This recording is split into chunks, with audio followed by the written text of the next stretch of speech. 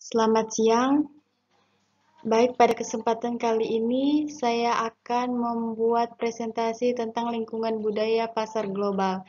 Sebelumnya, perkenalkan nama saya Yovisa, NIM 18104166664, kelas manajemen pagi A2, mata kuliah manajemen pemasaran internasional, dosen pengampu Adi Mursalim SEMM.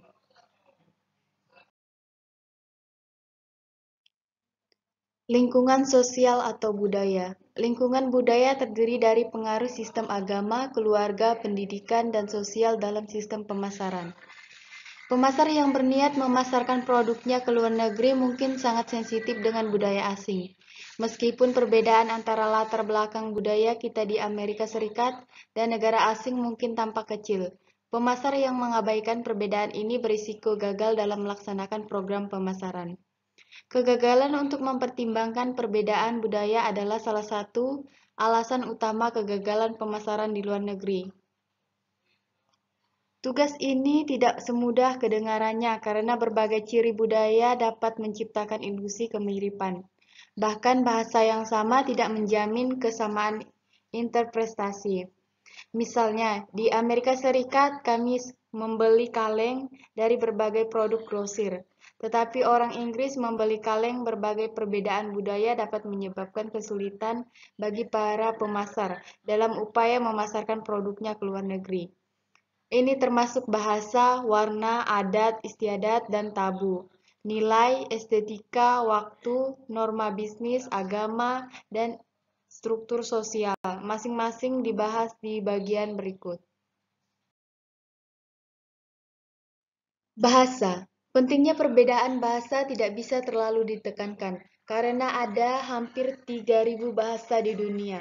Perbedaan bahasa menyebabkan banyak masalah bagi pemasar dalam merancang kampanye iklan dan label produk. Masalah bahasa menjadi lebih serius setelah orang-orang suatu negara berbicara dalam beberapa bahasa. Misalnya di Kanada, label harus dalam bahasa Inggris dan Prancis.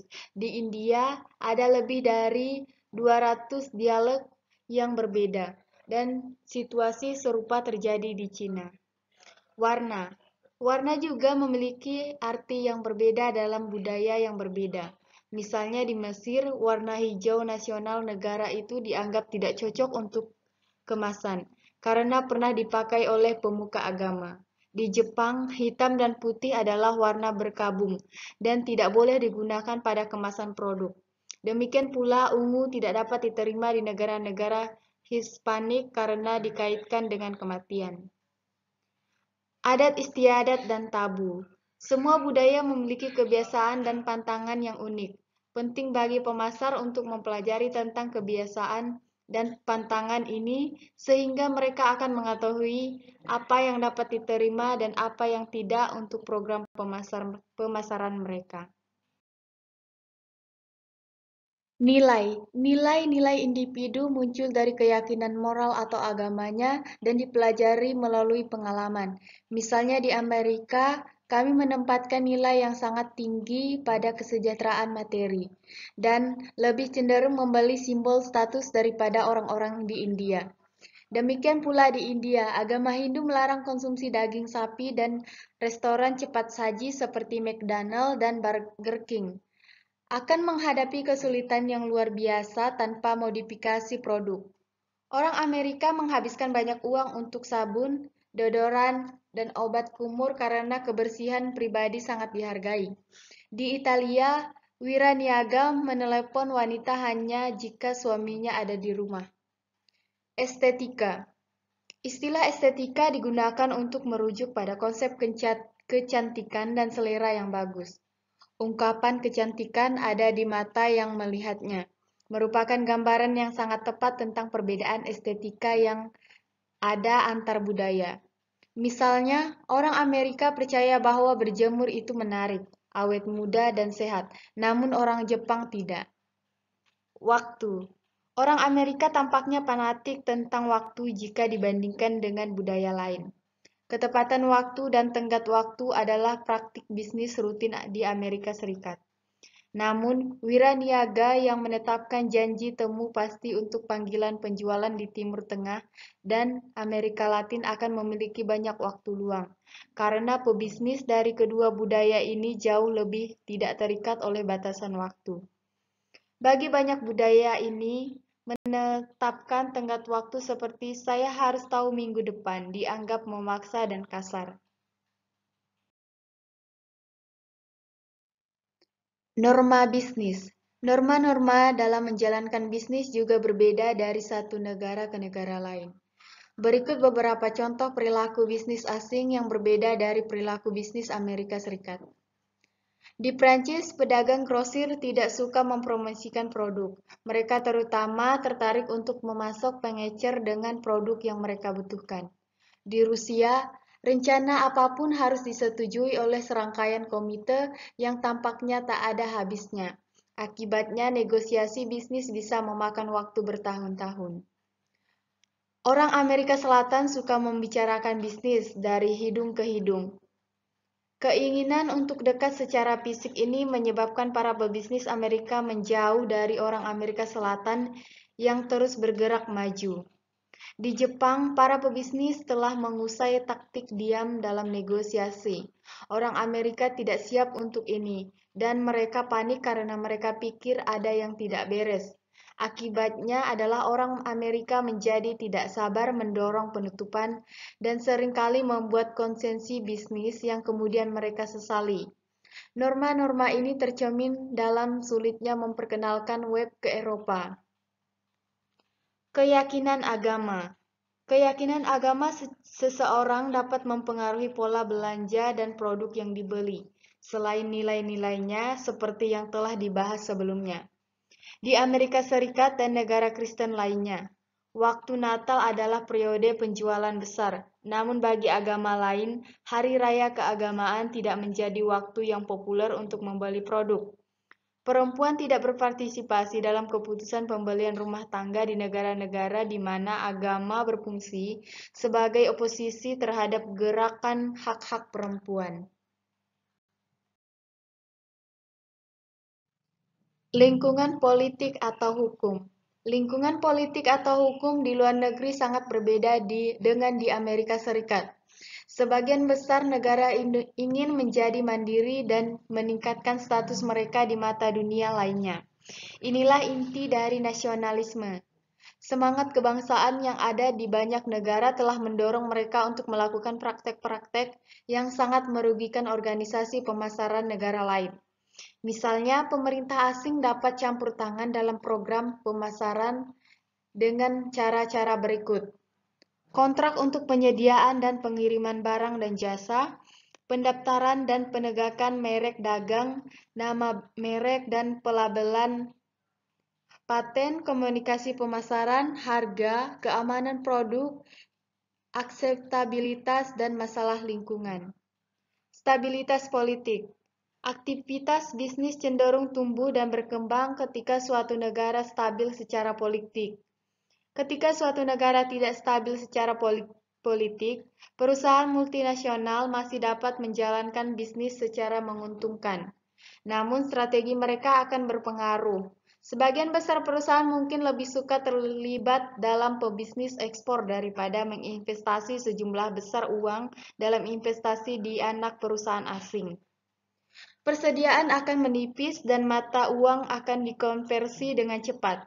Akibat konsumen di negara asing membayar harga tinggi mendapatkan produk yang kurang memuaskan dan pekerjaan lebih sedikit.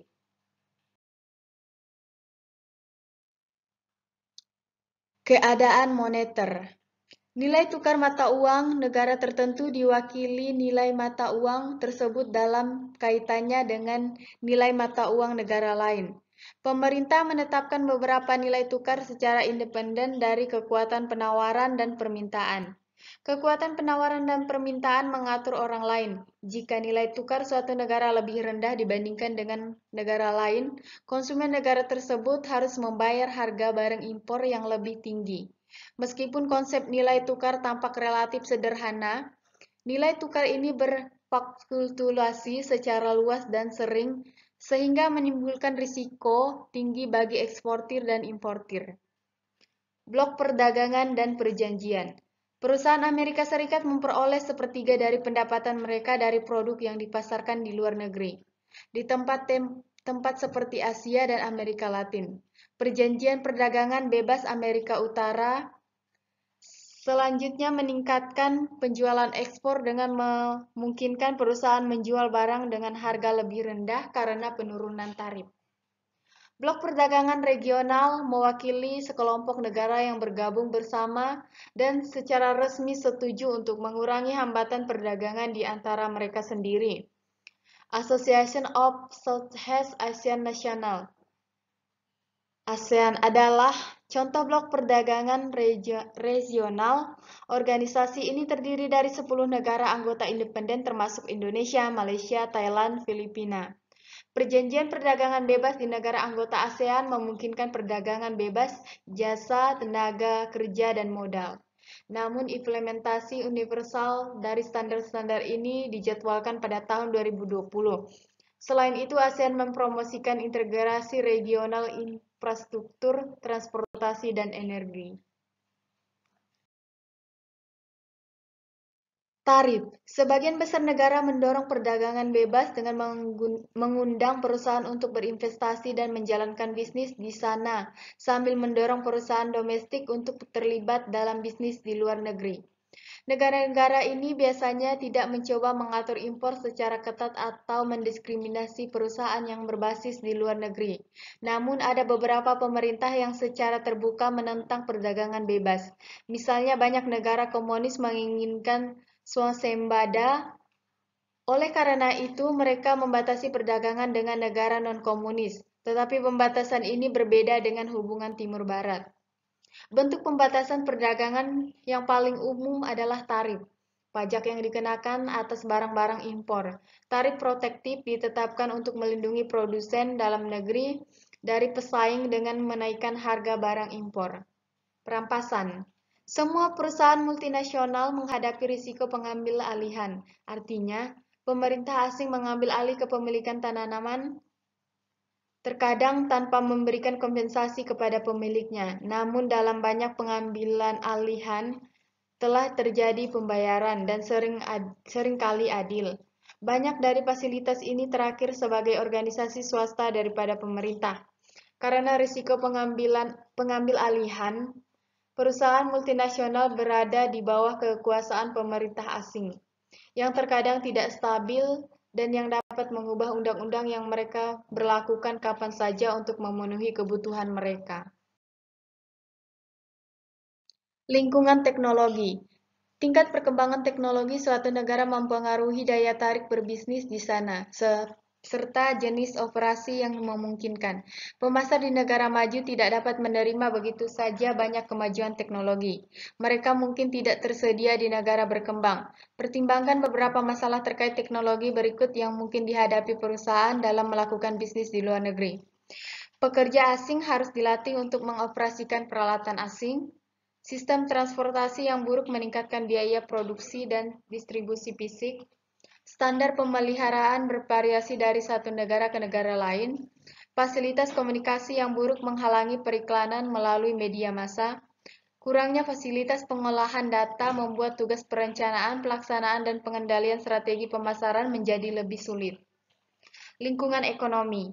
Situasi ekonomi suatu negara mewakili kapasitasnya saat ini dan potensinya untuk menghasilkan barang dan jasa. Kunci untuk memahami peluang pasar terletak pada evaluasi tahapan pertumbuhan ekonomi suatu negara.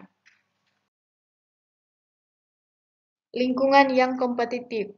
Memasuki pasar internasional mirip dengan melakukan di pasar domestik, di mana perusahaan berusaha mendapatkan keuntungan diferensial dengan menginvestasikan sumber daya di pasar itu. Seringkali perusahaan lokal akan mengadopsi strategi imitasi, terkadang berhasil. Ketika mereka sukses, ekonomi negara mereka sendiri menerima dorongan yang baik. Ketika mereka tidak berhasil, perusahaan multinasional seringkali membelinya. Tujuan pemasaran. Setelah mengidentifikasi harapan pemangku kepentingan, melakukan analisis situasi terperinci, dan melakukan evaluasi terhadap kapabilitas perusahaan. Tujuan pemasaran secara keseluruhan dapat ditetapkan. Penting untuk ditekankan bahwa ada kebutuhan akan realisme dalam hal ini.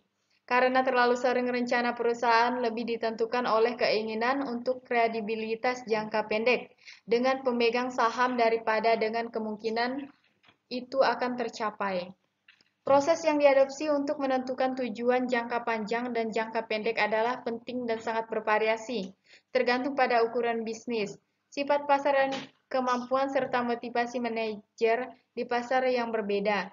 Pada tingkat operasional, manajer nasional perlu memiliki rencana yang dapat dicapai dan terperinci untuk setiap negara yang akan memperhitungkan situasi lokal, menjelaskan apa yang diharapkan dari mereka dan bagaimana kinerja mereka akan diukur.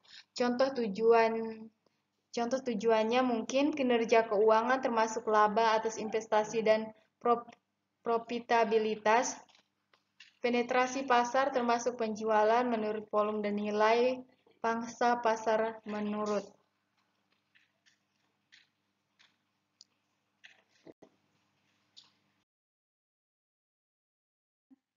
Pembahasan tentang materi budaya pemasaran internasional kurang dan lebihnya saya minta maaf. Saya ucapkan banyak terima kasih.